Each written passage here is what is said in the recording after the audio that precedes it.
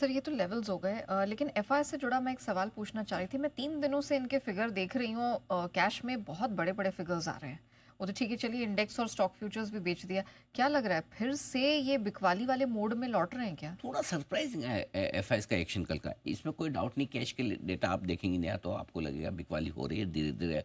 2 से 3 हज़ार करोड़ की रेंज की बिकवाली आपको एफआईएस की तरफ से रोज होती हुई दिख रही है। ऐसा भी नहीं कि बहुत बड़ी हो रही हो, 2-3 हज़ार, ऐसा भी नहीं कि हम संभाल ना पाए, संभाल भी रहे हैं।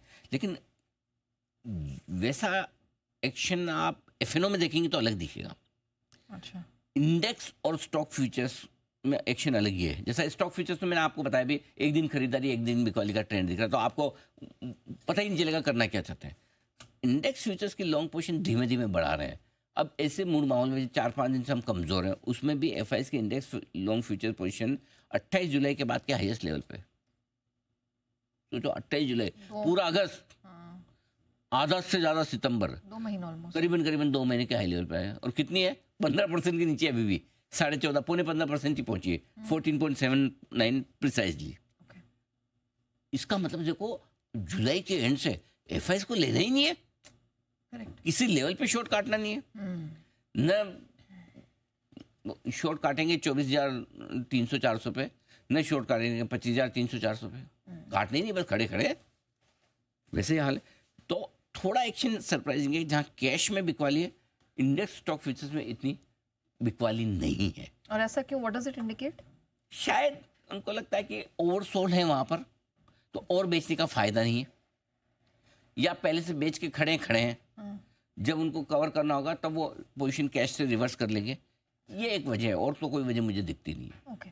तो सर इस टाइप के मार्केट में जो हमारे ट्रेडर्स हैं, व्यूअर्स, जो इन्वेस्टर्स हैं, उन्हें करना क्या चाहिए? देखो, ट्रेडर्स के लिए मार्केट बहुत साफ साफ बता रहा है, 4 दिन से लोअर लो लोअर हाई बना रहा है। हर लेवल पे उछाल आती है और टिकती नहीं है, आखिरी 1-1.5 घंटे में बिकवाली आती है। सो आपको ढंग ढंग का सपोर्ट भाई रोज मार्केट आपको मौका देता भी है। दिन में एक मौका आपको खरीदारी का भी देता है। फर्क इतना है कि खरीदारी एक मौका बिकवाली का भी देता है। फर्क इतना है कि खरीदारी के मौके में आपको एग्जिट थोड़ा फास्ट करा, वो चलती गाड़ी में उतरना पड़ेगा। हाँ। एकदम मैं बोलूँ बड़े लेवल पे बेचूंगा वो नहीं। खरीद कर आप ट्रेड कर रहे हैं तो छोटे मुनाफे में फट से निकल जाओ। बेच कर ट्रेड कर रहे हैं तो पहले सपोर्ट लेवल से बड़े सपोर्ट लेवल पे बेचो, रुकावट के लेवल पे बेचो। Okay. और नीचे के बड़े लेवल तक का इंतजार करो, क्योंकि नीचे का लेवल आपका आ रहा है, ऊपर का लेवल आए ना आए। सो ऊपर बेचने में आपकी स्ट्रेटेजी होनी चाहिए, 2 टुकड़ों में बेचें, धीरे धीरे ऊपर बेचें।